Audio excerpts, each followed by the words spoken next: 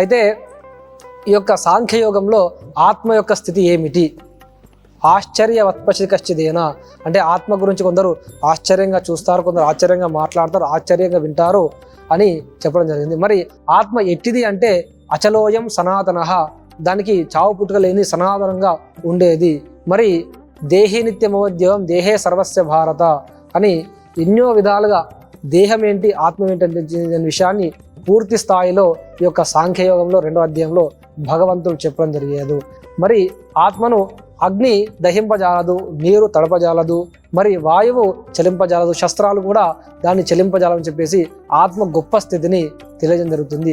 మరి ఏ విధంగా అయితే మనము బల్లమైన వస్త్రాలను విడిచి నూతన వస్త్రాలు ధరిస్తామో ఆ విధంగానే ఆ యొక్క ఆత్మ క్షుణ్ణమైనటువంటి ఈ దేహాన్ని విడిచి మరొక దేహాన్ని ధరిస్తుంది, ముక్తి పొందే అంతరు కూడా దేహాన్ని ధరిస్తుంది అని చెప్పేసి స్వయంగా భగవంతుడే ఆ యొక్క 2వ అధ్యాయంలో ఇలా చెప్పడం జరిగింది.